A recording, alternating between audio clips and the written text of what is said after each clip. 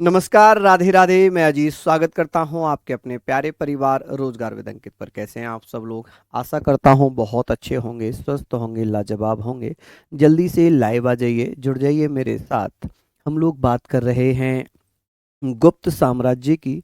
आज हम गुप्त साम्राज्य पढ़ेंगे। गुप्त साम्राज्य बहुत महत्वपूर्ण है। गुप्त साम्राज्य, गुप्त एम्पायर हम लोग पढ़ने वाले हैं, जिसे हम गुप्ता एम्पायर के नाम से जानेंगे। उम्मीद है आप लोग अच्छे से सारी चीजों को नोट डाउन करते हुए चल रहे हैं कि सर गुप्त एम्पायर हम पढ़ेंगे, गुप्त साम्राज्य हम पढ़ लेंगे। अब आप लोग मुझे बताइए कि गुप्त वंश का संस्थापक कौन था, किसने स्थापना की थी? गुप्त वंश का संस्थापक था जिसका नाम था श्रीगुप्त।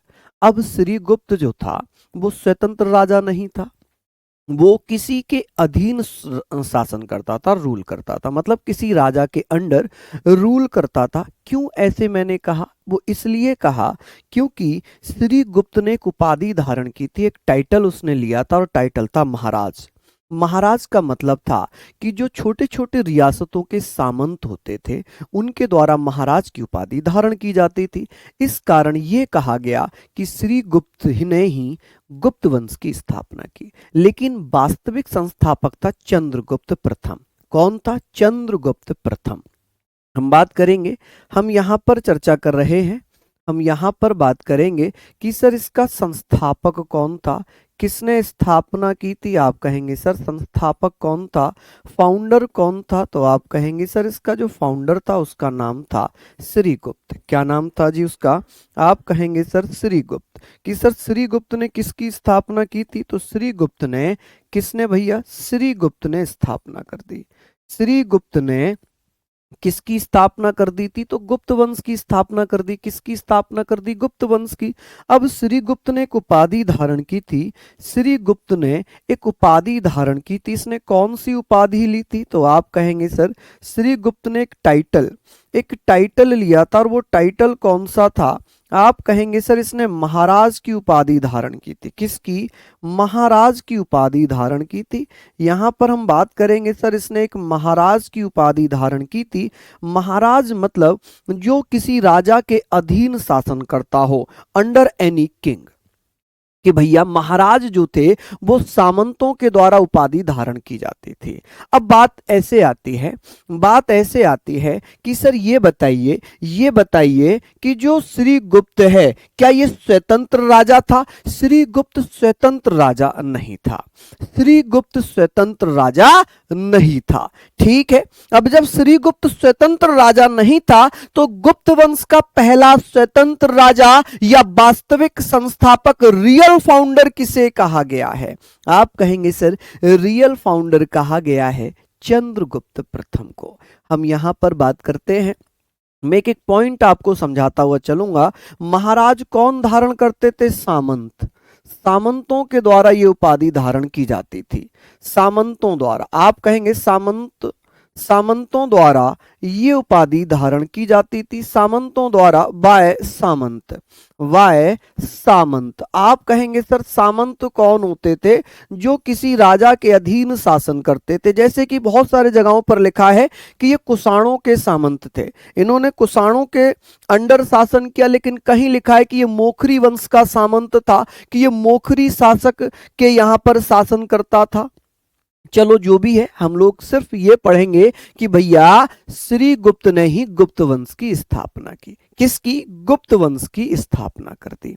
चलिए अब बात करेंगे सर गुप्त वंश के स्थापना की, इसका वर्णन कहां पर है, कैसे पता चला? क्योंकि इसके समय जो सिक्के पाए गए थे उसमें संस्कृत में लिखा हुआ था श्रीगुप्तस्य, जिससे यह पता चला कि गुप्त वंश का संस्थापक श्रीगुप्त था। कौन था? श्रीगुप्त था। आप कहेंगे सर इसके सिक्के मिले थे। क्या मिले थे? सिक्के। और इन सिक्कों पर क्या लिखा हुआ था? सिक्कों पर संस्कृत में क्या लिखा हुआ था? आप कहेंगे सर सिक्कों पर संस्कृत में श्रीगुप्तस्य लिखा था। क्या लिखा था जी? श्रीगुप्तस्य लिखा था। आप कहेंगे श्रीगुप्तस्य लिखा हुआ था। क्या लिखा था सर? श्रीगुप्तस्य लिखा था। आप कहेंगे भैया क्या लिखा था सिक्कों पर? आप कहेंगे श्रीगुप्तस्य लिखा हुआ था भैया, किस पर? सिक्कों पर। आप कहेंगे इनस्क्राइब्ड, यानी कि श्री गुप्तस्य inscribed on coins in Sanskrit. तो यहां पर आप लोग लिख लीजिएगा श्री, ऐसे करके लिखिएगा श्री गुप्तस्य, श्री गुप्तस्य, ठीक है जी, श्री गुप्तस्य इनस्क्राइब्ड, ऐसे करके आप लोग लिख सकते हैं इनस्क्राइब्ड। तो आप कहेंगे सर कहां पर है ये लिखा हुआ? तो आप कहेंगे भैया inscribed, inscribed on coins in Sanskrit, in Sanskrit. तो ये संस्कृत, ये आप लोग भैया बताइए क्या लिख पाएंगे यहां तक या नहीं लिख पाएंगे? लिख लेंगे संस्कृत, कि भैया संस्कृत में श्री गुप्तस्य लिखा हुआ था। क्या लिखा हुआ था? श्री गुप्तस्य लिखा हुआ था, जिससे ये पता चला कि गुप्त वंश का जो संस्थापक है वो श्री गुप्त है। वो कौन है? वो श्री गुप्त है। चलिए आगे बात करते हैं। श्री गुप्त के इतिहास का वर्णन ऐसे भी पता चलता है क्योंकि एक चीनी इतिहासकार था जिसका नाम था इत्सिंग। एक चीनी इतिहासकार था इत्सिंग, और इत्सिंग ने कहा था कि श्री गुप्त ने सिखावन मंदिर का निर्माण कराया था, कि मगध में एक मंदिर का निर्माण कराया था जिसका नाम था सिखावन। क्या नाम था? सिखावन मंदिर। ये किसने बनाया था? श्री गुप्त ने बनाया। और सिखावन मंदिर के खर्च के लिए 24 गांव दान में दे दिए। According to Itsing, Sikhavan temple was built in Magda and 24 villages were donated for the expenses of the temple। ठीक है, आप लोग लिखेंगे बिल्कुल नॉर्मल भैया, मैं बहुत इंपॉर्टेंट है इसलिए बड़ा धीरे धीरे ये समझाता हुआ चलूंगा, और मेरा प्रयास रहेगा कि ये आपको मैं क्लास में ही याद कराता हुआ चलूं कि भैया श्री गुप्त ने मगध में, कहां पर भैया? मगध में। आप कहेंगे सर मगध में, मगध में सिखावन मंदिर का निर्माण करवाया। किसका? सिखा। आप कहेंगे सर सिखावन मंदिर का निर्माण कराया। सिखावन मंदिर कहां पर बनवाया था? मगध में। मंदिर का निर्माण करवाया। क्या करवाया भैया? निर्माण करवाया, निर्माण कराया। एवं 24 गांव, कितने गांव भैया? 24 विलेज। आप कहेंगे सर 24 विलेज यानी कि गांव मंदिर के रख रखाव के लिए या मंदिर के खर्च के लिए दान कर दिए। मंदिर के खर्च के लिए दान कर दिए। मंदिर के खर्च के लिए दान कर दिए। खर्च के लिए दान कर दिए, कि उन 24 गांवों से जो भी टैक्स मिलेगा उस टैक्स से मंदिर का रख रखाव किया जाएगा। ये किसने, किसके अकॉर्डिंग है ये? आप कहेंगे सर ये किसने लिखा है? तो ये इत्सिंग के अनुसार है। किसके अनुसार है? आप कहेंगे सर इत्सिंग के अनुसार, इत्सिंग के अनुसार। ठीक है, इत्सिंग जो कि चीनी इतिहासकार है वो ये कहता है कि श्री गुप्त ने मगध में सिखावन मंदिर का निर्माण करवाया था। किसका? सिखावन मंदिर का निर्माण करवाया था, और 24 गांव दान में दे दिए थे ताकि मंदिर का जो खर्च है, जो मेंटेनेंस है, उसको सही से चलाया जा सके। ठीक है, अकॉर्डिंग टू इत्सिंग सिखावन टेम्पल, यहां पर मैं इंग्लिश में भी लिख देता हूं। आप कहेंगे सर अकॉर्डिंग टू इत्सिंग, आप कहेंगे according to Itsing, according to Itsing. Itsing कौन है? एक चीनी इतिहासकार है। ठीक है, अकॉर्डिंग टू इत्सिंग सिखावन सिखावन सिखावन टेम्पल वॉज बिल्ट कहां पर बना था? Built in Magadha. आप कहेंगे कहां पर बना है? इन मगधा। ठीक है जी, तो ये चीजें भी आप लोग लिख लेना, मगधा। एंड 24 विलेजेस, 24 विलेजेस क्या कर दिए भैया? दान कर दिए। 24 विलेजेस वर डोनेटेड, वर डोनेटेड, वर डोनेटेड किस लिए दिए थे, किस लिए डोनेट किए थे? For the expenses of the temple, for the expenses. आप कहेंगे सर एक्सपेंसेस, आप बता देना सर किसके एक्सपेंसेस के लिए दिए थे? तो एक्सपेंसेस, यहां पर आप लिखेंगे एक्सपेंसेस किसके लिए? Expenses of the temple, of the temple. मैं हाथ से लिख के इसलिए पढ़ा रहा हूं क्योंकि इंपॉर्टेंट है और याद करने में आसानी रहेगी। चलिए चलिए, बहुत बढ़िया, यहां तक आप लोग लिख लीजिए। चलिए, बहुत सिंपल सी चीजें हैं, हम लोग बात करेंगे श्री गुप्त ने किस वंश की स्थापना की थी? गुप्त वंश की स्थापना की थी। इसने महाराज की उपाधि धारण की थी। महाराज मतलब सामंतों के द्वारा उपाधि धारण की जाती थी, जो कि किसी राजा के अधीन शासन करते थे। सिक्कों पर गुप्तस्य लिखा हुआ था, श्री गुप्तस्य लिखा था, जिससे यह पता चला कि हाँ भाई, गुप्त वंश का संस्थापक श्री गुप्त ही था। श्री गुप्त ने मगध में एक शिखावन मंदिर बनवाया, जिसका निर्माण मगध में हुआ, और उसके रखरखाव के लिए, खर्च के लिए 24 गांव दान में दिए। ऐसा किसने कहा था? ऐसा कहा था इत सिंह ने। किसने? इत सिंह। अकॉर्डिंग टू इत Singh, Sikhavan temple was built in Magda and 24 villages were donated for the expenses of the temple. क्या यहां पर आप लोग लिख लेंगे? क्या यहां पर आप लोग लिख लेंगे भैया? बताइए जल्दी जल्दी से, हम लोग यहां पर अच्छे से पढ़ रहे हैं सारी चीजें।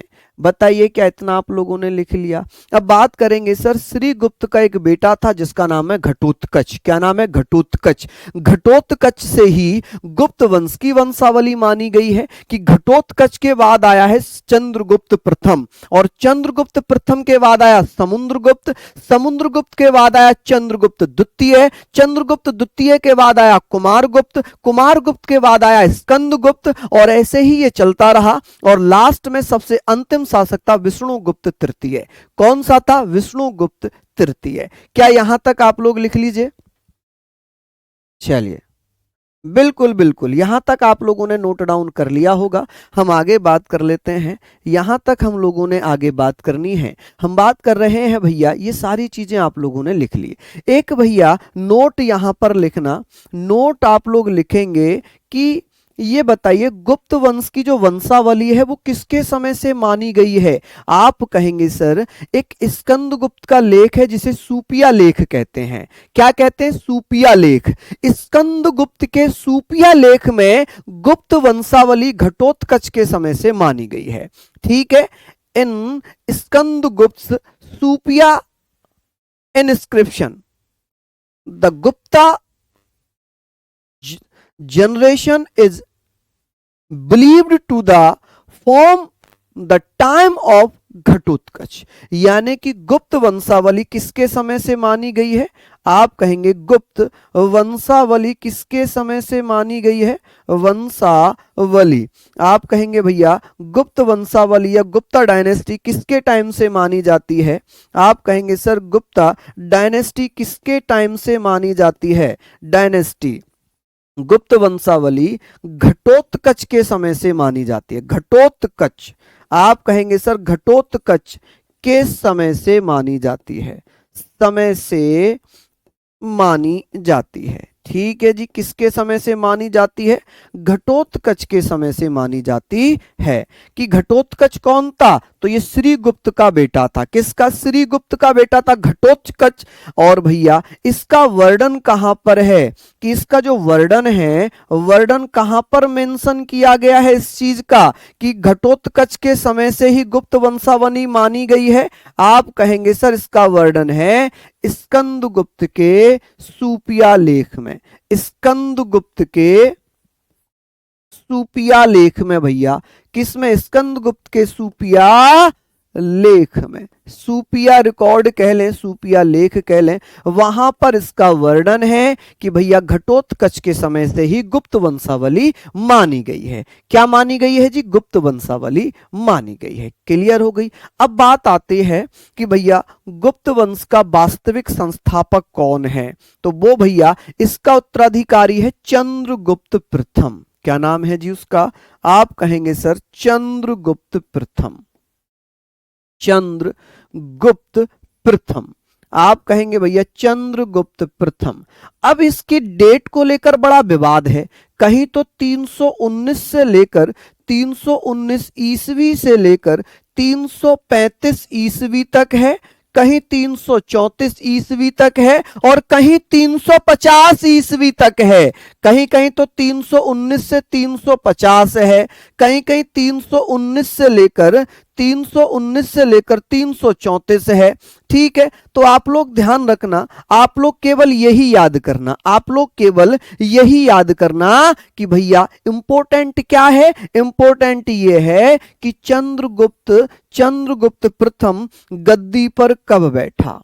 चंद्रगुप्त प्रथम ही गुप्त वंश का वास्तविक संस्थापक है।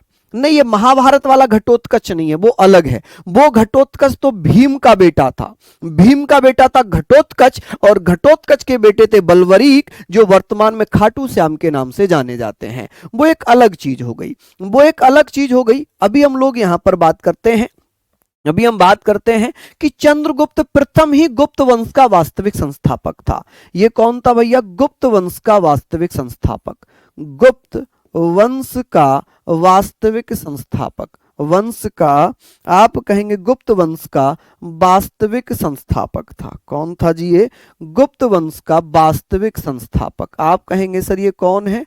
वास्तविक संस्थापक। ऐसे करके आप लोग लिखेंगे कौन है जी? गुप्त वंश का वास्तविक संस्थापक है, यानी कि रियल फाउंडर। ये क्या है जी? रियल फाउंडर है। किसका है जी? Real founder, real founder of Gupta dynasty.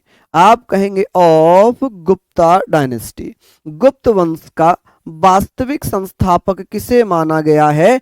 तो आप कहेंगे जी चंद्रगुप्त प्रथम को माना गया है। किसको माना गया है?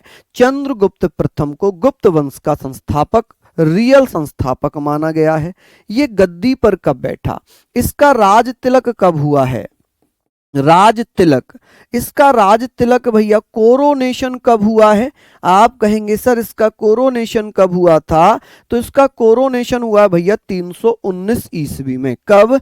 319 ईस्वी में, और 319 ईस्वी को ही गुप्त संवत के नाम से जानते हैं, गुप्त संवत के नाम से जानते हैं। किसके नाम से जानते हैं भैया? इसे गुप्त संवत कहा जाता है। क्या कहा जाता है? गुप्त संवत कहा जाता है। आप कहेंगे सर गुप्त संवत कहते हैं कि भैया जब गद्दी पर बैठा चंद्रगुप्त प्रथम, इस तिथि को इतिहास में किस नाम से जाना जाता है? आप कहेंगे भैया कि गुप्त वंश का जो रियल फाउंडर है, जो वास्तविक संस्थापक है, उसका नाम है चंद्रगुप्त प्रथम। अब चंद्रगुप्त प्रथम 319 से 335 ईस्वी तक राजा रहा।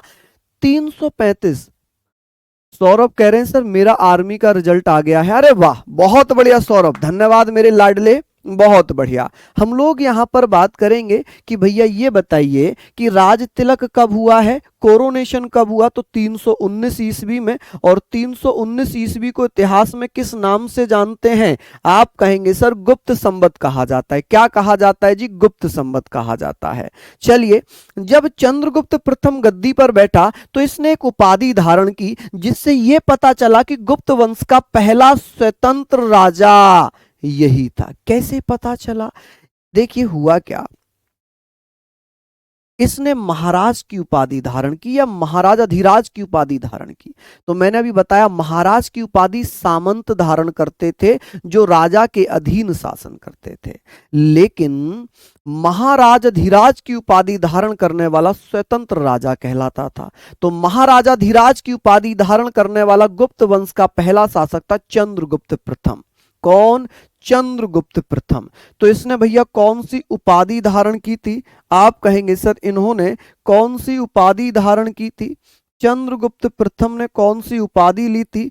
टाइटल कौन सा था इनका? तो आप कहेंगे सर इन्होंने टाइटल लिया था महाराजाधिराज का। कौन सा भैया? आप कहेंगे सर इन्होंने एक उपाधि ली थी महाराजाधिराज, महाराजाधिराज की उपाधि धारण की थी, महाराजाधिराज की उपाधि धारण की थी। आप कहेंगे सर महाराजा महाराजा धीराज की उपाधि इनके द्वारा धारण कर ली गई, जिससे ये पता चला कि चंद्रगुप्त प्रथम ही रियल फाउंडर है गुप्त वंश का, क्योंकि ये पहला स्वतंत्र राजा था। अब इसने विवाह किससे किया था, इसने शादी किससे की थी। विवाह की बात करें कि चंद्रगुप्त प्रथम ने विवाह या मैरिज किससे किया था, आप कहेंगे सर इनका विवाह किसके साथ हुआ था, आप बताइए सर इनका विवाह किसके साथ हो जाता है। तो एक लिच्छवी राजकुमारी थी कुमार देवी, कुमार देवी से विवाह हो जाता है। क्या हो जाता है जी, विवाह हो जाता है। चलिए, हाँ जी, राकेश कुमार कह रहे हैं सर मेरा भी रिजल्ट आ गया है, बहुत बहुत धन्यवाद। चलिए, बहुत बहुत कॉन्ग्रेचुलेशन मेरे बच्चों। चलिए, बहुत बढ़िया, जिनका भी रिजल्ट आया है सबको शुभकामनाएं, अभिनंदन। हम बात कर रहे थे कि भैया विवाह किससे हुआ था, आप कहेंगे सर एक राजकुमारी थी लिच्छवी राजकुमारी। कौन थी, लिच्छवी राजकुमारी। क्या नाम था जी लिच्छवी राजकुमारी का, हम बात करेंगे लिच्छवी राजकुमारी। कौन थी जी लिच्छवी राजकुमारी, तो कुमार देवी से। किससे भैया, कुमार देवी से। किससे विवाह हुआ है भैया, लिच्छवी राजकुमारी कुमार देवी से भैया क्या हो जाता है, शादी हो जाती है। तो आप कहेंगे भैया कौन, लिच्छवी राजकुमारी, लिच्छवी प्रिंसेस कुमार देवी। कौन थी भैया, आप कहेंगे सर लिच्छवी प्रिंसेस।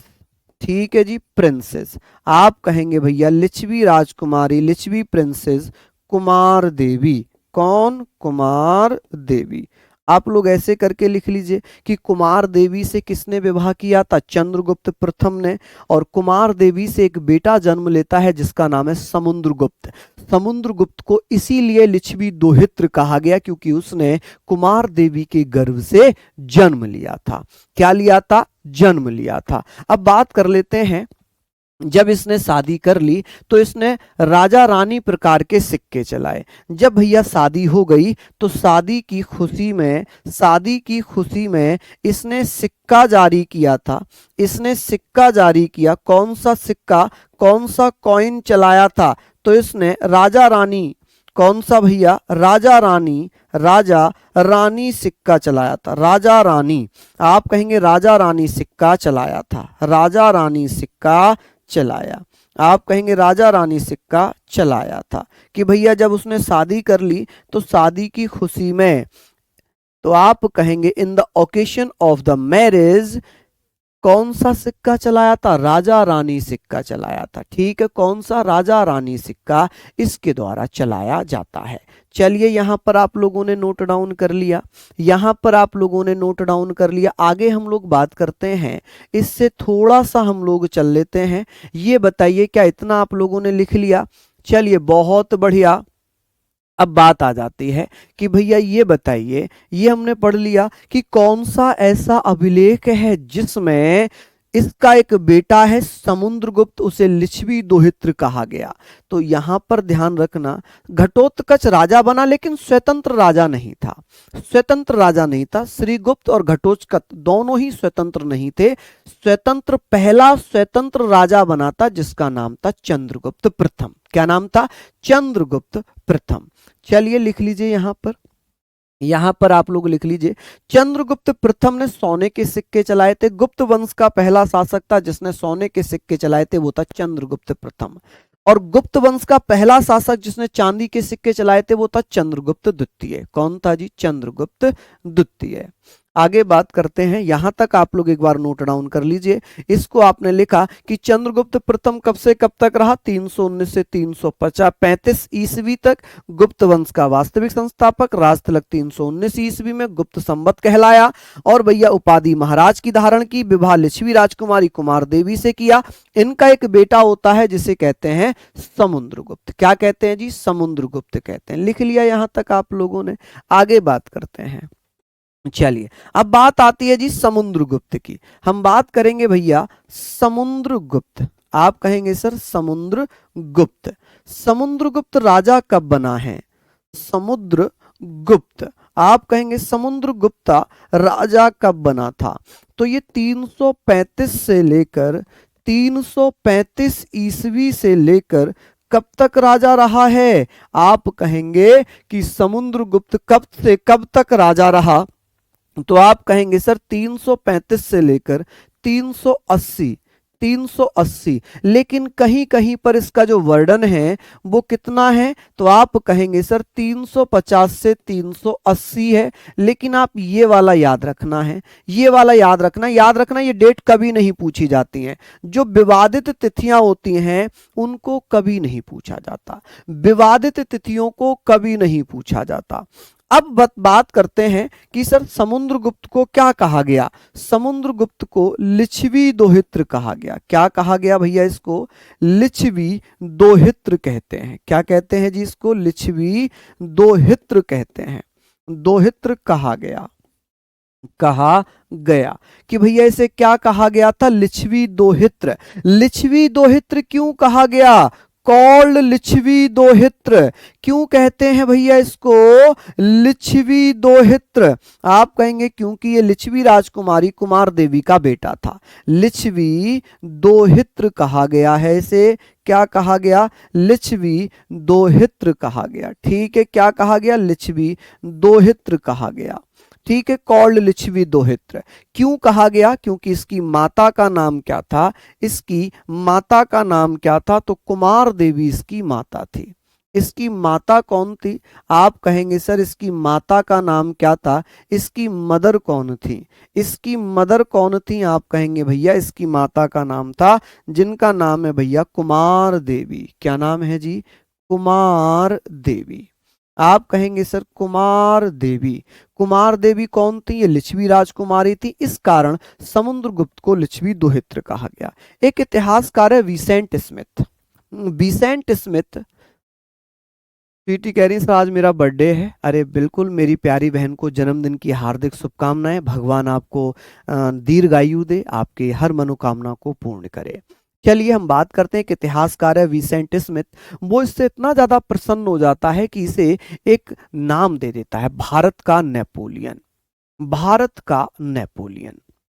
हम बात करते हैं देव जी 336 से 375 भी लिख सकते हैं। तो जो विवादित तिथियां हैं उनको हम नहीं पढ़ते। मैं बता रहा हूं जहां जहां लग रहा है कि ये विवादित है तो उनको मैं ऑलरेडी बताता हुआ चल रहा हूं कि ये कभी नहीं पूछे जाएंगे। अब बात ये आती है कि सर ये बताइए कि समुद्रगुप्त को विसेंट स्मिथ ने क्या कहा?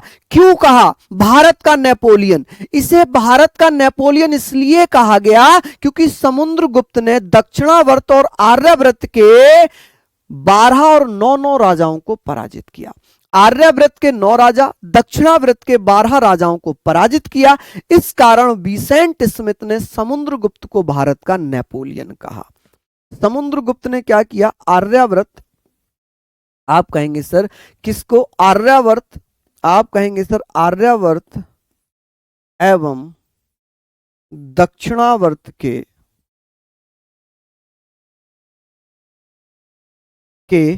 9-12 राजाओं को हराया।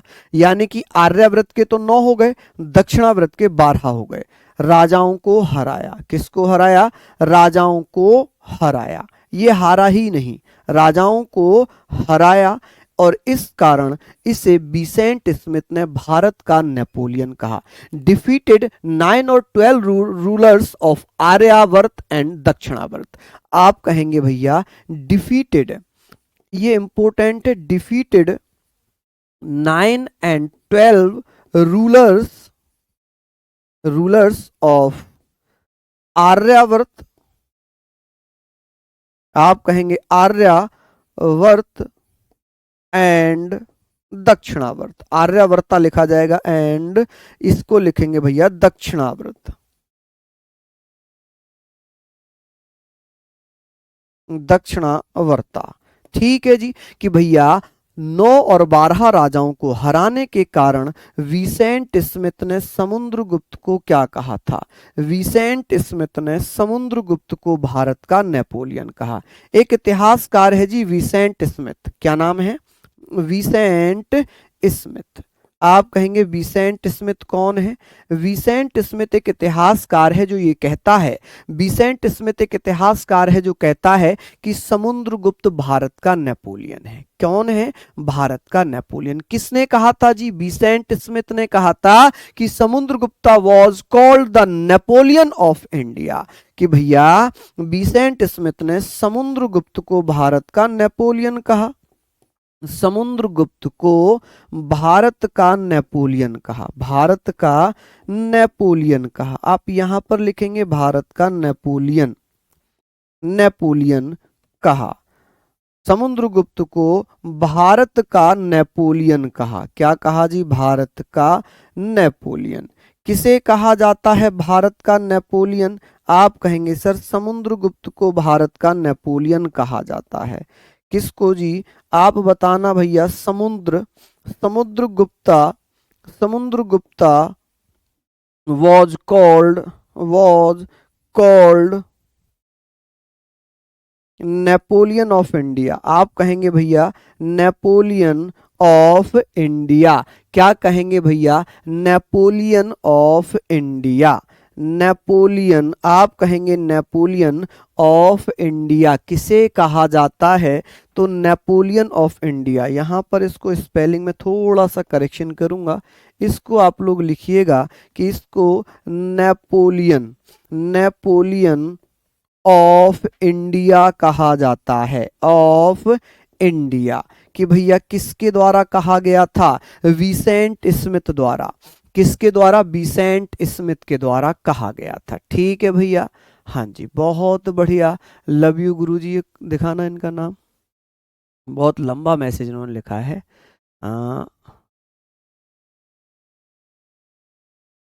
अरे बहुत लंबा मैसेज है इनका तो। अच्छा, फूलचंद्र जी, धन्यवाद भैया इतना प्यार देने के लिए। हमने लिख लिया भैया समुद्रगुप्त को भारत का नेपोलियन कहा है। बहुत शानदार। यहां तक हमने समुद्रगुप्त के बारे में जानकारी कर ली। अब बात करेंगे सर समुद्रगुप्त ने क्या किया था। समुद्रगुप्त ने भैया कौन कौन से यज्ञ किए थे? यज्ञ की बात आती है, समुद्रगुप्त गुप्त वंश का पहला शासक है जिसने अश्वमेघ यज्ञ किया और पराक्रमांक अश्व पराक्रम या अश्वमेघ पराक्रम की उपाधि धारण की। अश्वमेघ यज्ञ करने वाला गुप्त वंश का पहला शासक बताइए।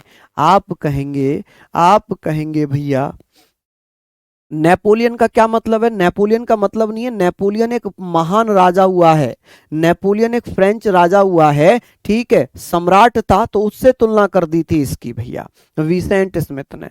चलिए हम लोग आगे बात करते हैं, हम लोग आगे बात कर लेते हैं।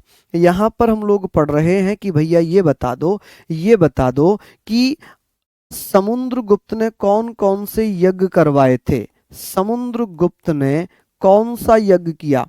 समुद्रगुप्त ने अश्वमेघ यज्ञ किया। कौन सा? अश्वमेघ यज्ञ किया है, अश्वमेघ यज्ञ किया एवं अश्वमेघ पराक्रम की उपाधि धारण की। एवं अश्वमेघ, आप कहेंगे भैया अश्वमेघ पराक्रम की उपाधि धारण कर ली। किसकी? अश्वमेघ पराक्रम की उपाधि धारण कर ली, अश्वमेघ पराक्रम की उपाधि धारण कर ली। कौन सी उपाधि धारण की थी? अश्वमेघ पराक्रम की उपाधि धारण की, उपाधि धारण की। कि भैया अश्वमेघ यज्ञ करने वाला गुप्त वंश का पहला शासक बताइए, तो आप कहेंगे समुद्रगुप्त था। कौन था? समुद्रगुप्त। समुद्रगुप्त था जिसने अश्वमेघ यज्ञ किया था। अश्वमेघ यज्ञ आप लोगों को मैं बता देता हूं भैया होता क्या है। अश्वमेघ पराक्रम की उपाधि किसने धारण की थी? अश्वमेघ पराक्रम। आप कहेंगे अश्वमेघ पराक्रम टाइटल किसने लिया था और अश्वमेघ यज्ञ किसने किया था? अश्वमेघा यज्ञ किसने किया था? आप कहेंगे सर यह यज्ञ कौन सा होता है जब साम्राज्य में राजा के द्वारा अपना एक घोड़ा छोड़ा जाता है और पूरे साम्राज्य में वो घोड़ा 40, जो 40 कहीं 200 सैनिक हैं, कहीं 400 सैनिक हैं, कि 400 सबसे योग्य सैनिकों को भेजा जाता है घोड़े के साथ। यदि उस घोड़े को कहीं पर रोक लिया जाता है तो ये माना जाता था कि उस राजा के अभी शत्रु जीवित हैं, यानी कि उस राजा के अधीन वो शासन नहीं करना चाहते। तो फिर उनसे वो 400 सैनिक युद्ध करते थे और उसे हरा देते थे, और हराने के बाद वो घोड़े को लेकर आते थे। तब राजा चक्रवर्ती की उपाधि धारण करता था कि अब सम्राट बन चुके हैं ये, अब इन राजा का कोई भी साम्राज्य में शत्रु नहीं है, इनसे युद्ध करने वाला कोई वीर नहीं बचा। ठीक है जी, चलिए। नितेश कह रहे हैं सर लिखने में मजा आता है पढ़ने में। चलिए बहुत बढ़िया, ऐसे ही लिखकर पढ़ते रहिए। आगे हम लोग बात करते हैं। अश्वमेघ का मतलब है जब कोई राजा चक्रवर्ती राजा बनना चाहता है तो वो अपने साम्राज्य में घोड़ा और अपने सबसे योग्य 400 सैनिकों को उसके साथ भेजता है। यदि कोई दूसरा राजा शत्रु उस घोड़े को रोककर उन सैनिकों से युद्ध करता है तो ये माना जाता है कि राजा अभी सम्राट नहीं बन पाया, उसके शत्रु अभी जीवित हैं। ठीक है जी, चलिए। अब बात यहां पर आ जाती है कि राजा ने ये समुद्रगुप्त को और क्या कहा गया। समुद्रगुप्त संगीत प्रेमी था। समुद्रगुप्त संगीत प्रेमी था, ये विद्या प्रेमी भी था, इसीलिए समुद्रगुप्त को सिक्कों पर वीणा बजाते हुए दिखाया गया है। ठीक है, सिक्कों पर वीणा बजाते हुए दिखाया गया है कि भैया समुद्रगुप्त संगीत प्रेमी था। कौन था? संगीत प्रेमी था, और इसी कारण समुद्रगुप्त को सिक्कों पर वीणा बजाते हुए दिखाया गया है। चलिए, समुद्रगुप्त के बारे में हम बात कर रहे हैं कि भैया समुद्रगुप्त वीणा या संगीत प्रेमी था। कौन था भैया? संगीत प्रेमी था। संगीत प्रेमी था। कौन था भैया? संगीत प्रेमी था, और इसी कारण समुद्रगुप्त को सिक्कों पर वीणा बजाते हुए दिखाया गया है। समुद्रगुप्त को किसको?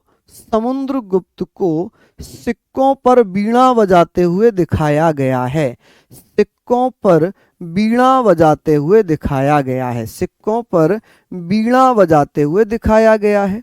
वीणा बजाते हुए दिखाया गया। वीणा तो आप जानते ही होंगे, माता सरस्वती बजाती हैं वीणा, आपने देखा ही होगा भैया। तो आप कहेंगे sir veena shown on coins, तो वीणा बजाते हुए दिखाया गया है। बजाते हुए दिखाया गया है। बजाते हुए दिखाया गया है। दिखाया गया है। चलिए, समुद्रगुप्त ने कौन कौन सी उपाधियां धारण की थी? समुद्रगुप्त ने और कौन कौन सी उपाधियां धारण की थी? इसने कौन कौन से टाइटल्स लिए थे? आप कहेंगे सर इसने टाइटल्स कौन कौन से लिए थे? जल्दी से बताइए कि समुद्रगुप्त ने अपने आप को कौन कौन से टाइटल्स दिए थे भैया, चलिए बता दीजिए। तो इसने कौन कौन से भैया टाइटल्स दिए थे?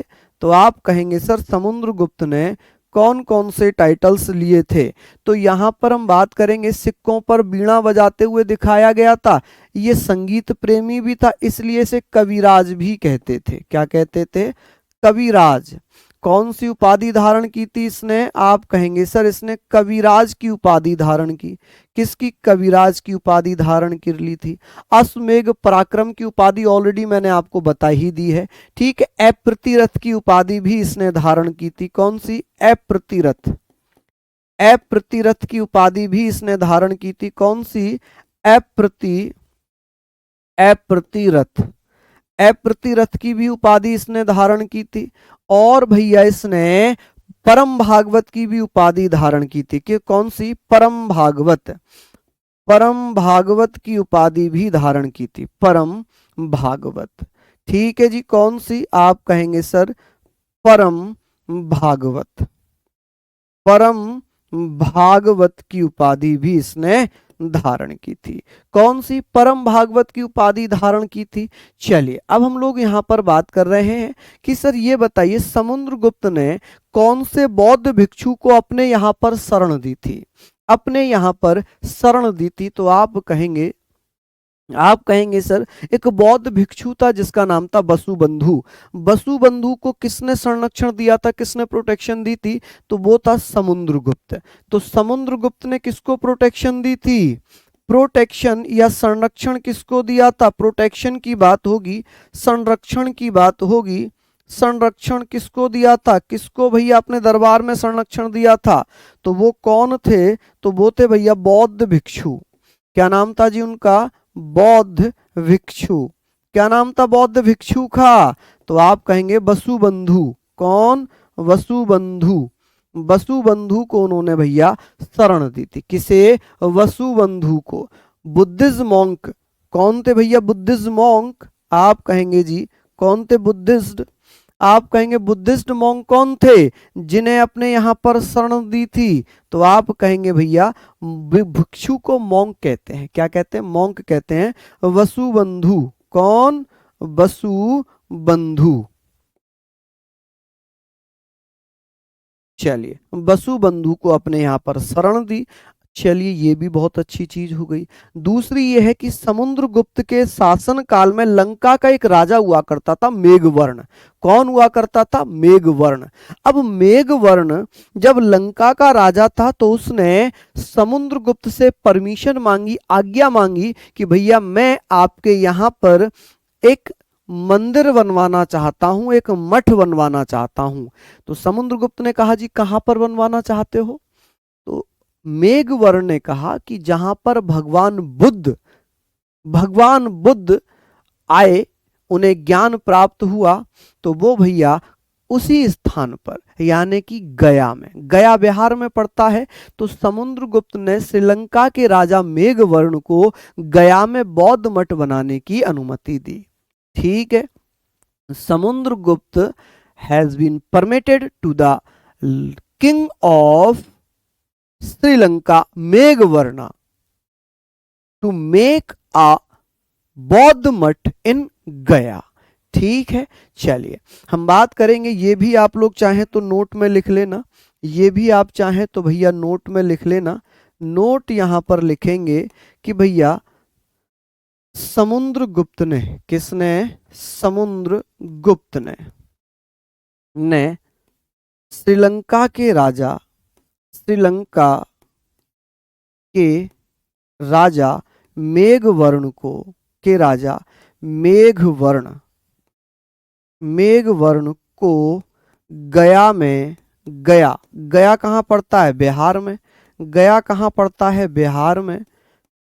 बौद्ध मठ बनाने की अनुमति दी। बौद्ध मठ बनाने की अनुमति दी, बनाने की परमिशन दी, बनाने की अनुमति दी, बनाने की परमिशन यानी कि अनुमति दी, अनुमति दी, परमिशन दी कि भैया श्रीलंका के राजा कौन थे? मेघवर्ण थे। कौन थे? मेघवर्ण थे। और मेघवर्ण ने किससे परमिशन मांगी थी गया में बौद्ध मठ बनाने की? तो समुद्रगुप्त से। किससे? समुद्रगुप्त से। ठीक है जी, किससे? समुद्रगुप्त से। अब समुद्रगुप्त का एक बेटा था चंद्रगुप्त द्वितीय। क्या नाम था जी? चंद्रगुप्त द्वितीय। चंद्रगुप्त द्वितीय की बात करते हैं। यहां पर मैं आपको थोड़ी सी चीजें बताऊंगा, थोड़ी सी चीजें बताऊंगा कि चंद्रगुप्त द्वितीय और एक बेटा था रामगुप्त। समुद्रगुप्त के दो बेटों की चर्चा मैं करूंगा। एक कहानी सुना रहा हूं मैं, एक कहानी सुना रहा हूं जर्नल सी, कि समुद्रगुप्त के दो बेटे हुए, चंद्रगुप्त द्वितीय और रामगुप्त। रामगुप्त राजा बना। अब रामगुप्त की बेटी थी ध्रुव देवी, सॉरी बीबी थी, रामगुप्त की बीबी थी ध्रुवा देवी। ठीक है। हुआ क्या कि उसी समय शक राजा रुद्र तृतीय ने हमला कर दिया। शक राजा था, उसने हमला कर दिया। तो रामगुप्त ने अपने आप को बचाने के लिए कहा कि आप मेरी बीवी ले जाओ, आप मेरी बीवी ले जाओ। क्या ले जाओ जी? मेरी बीवी ले जाओ। क्या ले जाओ भैया? परम भागवत, परम भागवत। ओके।